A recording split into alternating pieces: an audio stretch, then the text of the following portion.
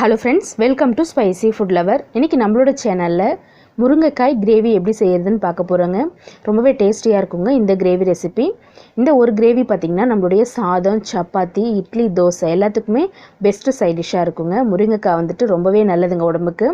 அதனால குழந்தைங்களுக்கு நமக்கு இட்லி, தோசைக்கும், சப்பாத்தி, ரைஸ் எல்லாத்துக்குமே ஒரு பெர்ஃபெக்ட் சைட் டிஷ்ஷா இருக்கும். வாங்க இந்த முருங்கைக்காய் கிரேவி எப்படி செய்யலாம்னு பார்க்கலாம். இன்றைக்கி முருங்கைக்காய் கிரேவி செய்கிறதுக்கு ஒரு 5 முருங்கைக்காய் எடுத்து கட் பண்ணி எடுத்துருக்கேங்க. நல்லா ஃப்ரெஷ்ஷாக இருக்குது பாருங்கள். இந்த போல் சைஸில் கட் பண்ணி எடுத்துக்கோங்க. வாஷ் பண்ணி எடுத்து வச்சுருக்கேங்க. அடுத்ததான் ஒரு 3 பெரிய வெங்காயம் நல்ல பொடியை நறுக்கி எடுத்துருக்கேங்க. இது போல் பொடியை நறுக்கி எடுத்துக்கோங்க. அடுத்ததாக 3 தக்காளி பழம் எடுத்துருக்கேங்க. அந்த தக்காளி பழத்தையும் நல்ல பொடியை நறுக்கி எடுத்துருக்கேங்க. அப்போ தான் நம்மளுக்கு கிரேவி நல்லா வரும். அடுத்ததாக பூண்டு பல் பார்த்திங்கன்னா ஒரு 2 கைப்பிடி அளவு உரிச்சு எடுத்துருக்கேங்க.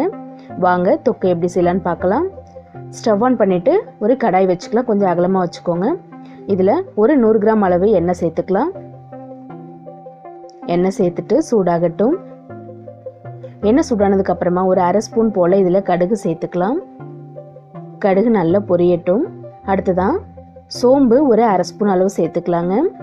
கடுகு பொரிஞ்சதுக்கப்புறமா நல்லா பொரிஞ்சிட்ருக்கு. இப்போது ஒரு அரை ஸ்பூன் போல் சோம்பு சேர்த்துக்கலாம். நல்ல ஒரு வாசனையாக இருக்கும் நம்மளுடைய கிரேவிக்கு.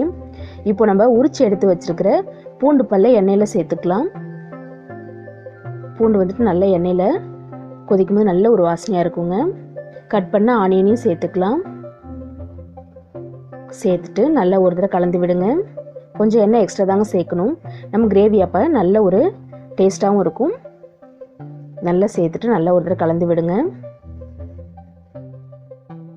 கூடவே கொஞ்சம் கருவேப்பிலை சேர்த்துக்கலாம். ஒரு கைப்பிடி அளவுக்கு வாஷ் பண்ண கருவேப்பிலை சேர்த்துக்கோங்க. இப்போது வெங்காயம், பூண்டு, இந்த கருவேப்பிலை எல்லாமே நல்லா வதங்கணுங்க. ஒரு 5 நிமிஷம் போல் நல்லா வதக்கி விடுங்க. வெங்காயம் நல்லா வதங்கி கொஞ்சம் கலர் மாறணும். அப்பப்போ இது போல் கலந்து விடுங்க. வெங்காயம்லாம் நல்லா வதங்கி வந்தால் தான் நம்மளுடைய முருங்கைக்காய் கிரேவி நல்லா டேஸ்ட் கொடுக்கும். பாருங்கள், ஒரு 5 நிமிஷம் போல் வதங்கியிருக்கு. நல்ல கலர் மாறி இருக்கு. நல்லா ஒரு தடவை கலந்து விட்டுக்கலாம். நல்ல வெங்காயம் இது போல் நேரம் மாறி வரணுங்க. அடுத்ததான் நம்ம நறுக்கி வச்சிருக்கிற தக்காளி பழம் சேர்த்துக்கலாம். 3 தக்காளி பழம் எடுத்துருக்கேங்க. 3 வெங்காயம், 3 தக்காளி பழம். கூடவே ஒரு அரை ஸ்பூன் போல் உப்பு சேர்த்துக்கலாம். அடுத்ததான் ஒரு 1/4 டீஸ்பூன் போல் மஞ்சள் தூள் சேர்த்துக்கலாம். மஞ்சள் தூள் சேர்த்துட்டு நல்லா ஒரு தடவை வதக்கிக்கலாம். இப்போது தக்காளி நல்லா வதங்கி வரணும். நம்ம தக்காளியும் வெங்காயமும் பார்த்திங்கன்னா நல்ல பொடியாக கட் பண்ணும்போது நம்மளுக்கு அந்த கிரேவி நல்ல ஒரு திக்னஸ் கொடுக்கும். தக்காளியோட அந்த பச்சை வாசனை போயிட்டு நல்லா எண்ணெய் பிரிஞ்சு வரணுங்க. அப்பப்போ நல்லா கலந்து விடுங்க. நல்லா அடுப்பு வந்துட்டு ஹை ஃப்ளேமில் வச்சு வதக்குங்க. எண்ணெய் பிரிஞ்சு நல்லா மேலே வரும் தக்காளி வதக்கும் போது. இப்போ கொஞ்சம் கலர் மாறி இருக்கு. ஒரு 3 நிமிஷம் போல் நல்லா வதங்கட்டும். பாருங்கள், எண்ணெய் நல்லா பிரிஞ்சு மேலே வந்திருக்கு. தக்காளி நல்லா வதங்கிடுச்சு. இது போல் தக்காளியும் வெங்காயமும் நல்லா வதங்கணும் நம்மளுடைய முருங்கைக்காய் கிரேவிக்கு. நல்லா மிக்ஸ் பண்ணி விடுங்க. இப்போது தக்காளி நல்லா வதங்கிடுச்சு. 1 ஸ்பூன் அளவுக்கு ரெட் சில்லி பவுடர் சேர்த்துக்கலாம். கூடவே 1 ஸ்பூன் அளவுக்கு மல்லிப்பொடி சேர்த்துக்கலாம். அடுத்ததான் குழம்பு மிளகாய்த்தூள் ஒரு 2 ஸ்பூன் அளவு சேர்த்துக்கலாம். வீட்டில் அரைச்ச குழம்பு மிளகாய்த்தூளுங்க சேர்த்துட்டு இந்த மிளகாய்த்தூளோட பச்சை வாசனை போகிற அளவுக்கு அடுப்பை குறைச்சி வச்சுட்டு ஒரு 2 நிமிஷம் போல் நல்லா வதக்கி விட்டுக்கலாங்க. நம்ம எண்ணெயில் மிளகாய்த்தூளை வதக்கும் போது பச்சை வாசனை சீக்கிரமாக போயிடும். கொதிச்சு வரும்போது அந்த மிளகாய்த்தூளோட ஸ்மெல்லெல்லாம் வராது குழம்புல. இது போல் நல்லா வதக்கி விடுங்க. 2 நிமிஷம் அப்படியே சிம்மில் வச்சுட்டு கட் பண்ணி வாஷ் பண்ணி வச்சுருக்கிற முருங்கைக்காய் சேர்த்துக்கலாம். முருங்கைக்காய் சேர்த்துட்டு நல்லா இந்த கிரேவியோடு நல்லா ஒரு தடவை மிக்ஸ் பண்ணி விடுங்க.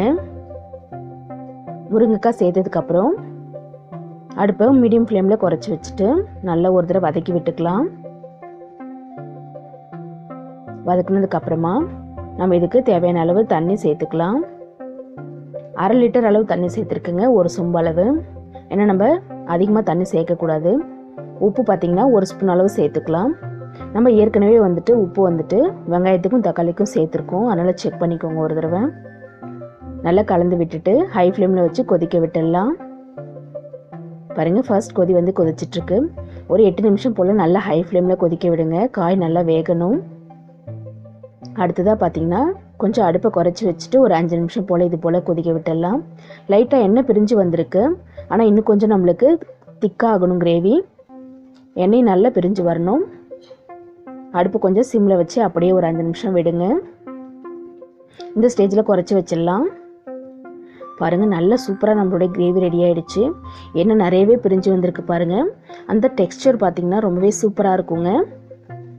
நல்லா சாந்து மாதிரி இருக்குது பாருங்கள். இந்த ஸ்டேஜில் இது போல் இருக்கும்போது தான் நம்ம சப்பாத்திக்கும் சாப்பிட்லாம். இட்லி, தோசை, ரைஸ்க்கு சூப்பரான சைட் டிஷ்ஷாக இருக்குங்க.